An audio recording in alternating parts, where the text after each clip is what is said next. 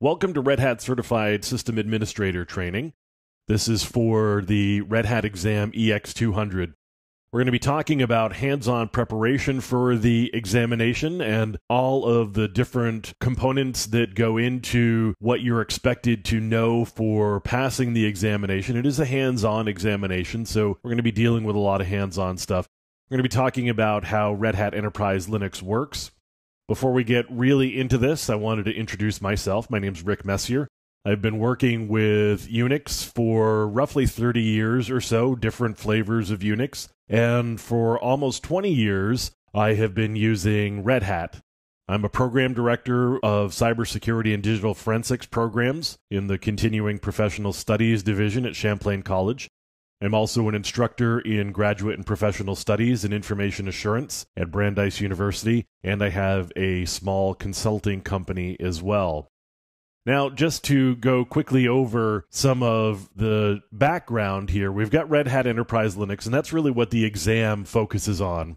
We're going to be talking about Red Hat Enterprise Linux. Red Hat Enterprise Linux is a very stable distribution of Linux, and Red Hat offers commercial support for it. So you're going to pay for a copy of Red Hat Enterprise Linux, and for that money that you're paying, you're going to get commercial support along with it.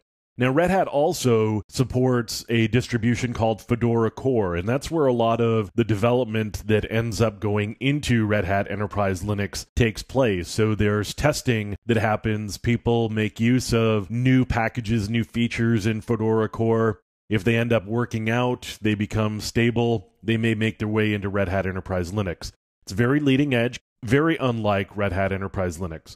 Now, the other one I want to mention to you is CentOS. And CentOS is what we call binary compatible with Red Hat Enterprise Linux. By that, I mean the applications are byte for byte identical. Everything that you can do in Red Hat Enterprise Linux, you can do in CentOS. Works exactly the same, looks pretty much the same. The only difference really between CentOS and Red Hat Enterprise Linux is the badging and branding. They take all of the source code that's available from Red Hat Enterprise Linux, and they create a new distribution called CentOS with new logos, new branding, new names, everything. But otherwise, it is identical to Red Hat Enterprise Linux. The other difference is, of course, that CentOS is free. So you can go to CentOS.org and get a copy of CentOS, and it's exactly like you'll be working with Red Hat Enterprise Linux. You'll be working with all of the same things. Everything will work the same. So you can get a free copy, essentially, of Red Hat Enterprise Linux in order to play around on before you move into getting a real copy or a full copy of Red Hat Enterprise Linux, as I said, that offers commercial support. So that's going to be what we'll be talking about, Red Hat Enterprise Linux, and preparing you for the RHCSA examination. And I wish you the best of luck as you prepare for that.